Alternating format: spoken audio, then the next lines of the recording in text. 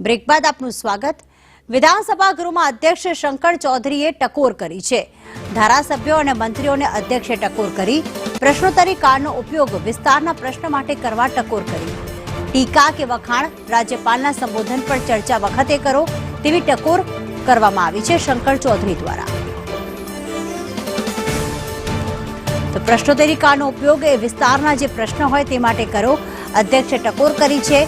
મંત્રીઓને પણ આ લાગુ પડે છે તેવું પણ ખાસ શંકર ચૌધરીએ જણાવ્યું હતું।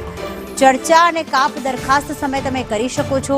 રાજ્યપાલના સંબોધન પર ચર્ચા અને સામાન્ય બજેટ પર ચર્ચા દરમિયાન ખાસ વાત કરી હતી કે પ્રશ્નોત્તરી કાળનો ઉપયોગ કરો અને એ જ વખતે તમે કોઈ પ્રશ્ન રજૂ કરો। અધ્યક્ષે આ પ્રકારની ટકોર કરી છે અને સાથે એવું પણ કહ્યું છે કે મંત્રીઓને પણ આ લાગુ પડે જ છે।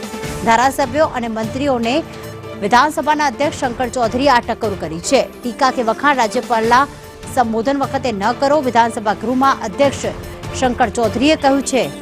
હિરણ અમારી સાથે જોડાઈ ગયા છે। હિરણ, કોઈ પ્રસંગને ટાંકીને અધ્યક્ષે આ ટકોર કરી હતી?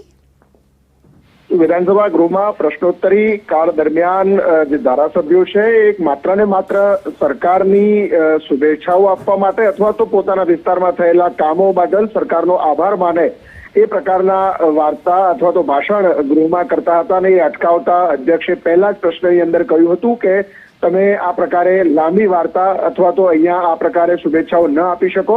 આ જે પ્રશ્નોત્તરી કાળનો સમય છે એ પ્રશ્ન માટે પૂછવા માટેનો છે, વિસ્તારના પ્રશ્નો અને એના ઉકેલ માટેનો હોય છે અને એ પ્રકારે બાકીના 3 ધારાસભ્યોએ પણ આ પ્રકારની શુભેચ્છાઓ આપી હતી। એમાં તમામ બાબતોમાં અધ્યક્ષે અટકાવ્યા હતા।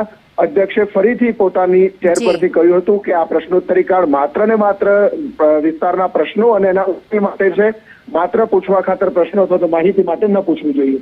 આભાર હિરેન તમામ વિગતો માટે।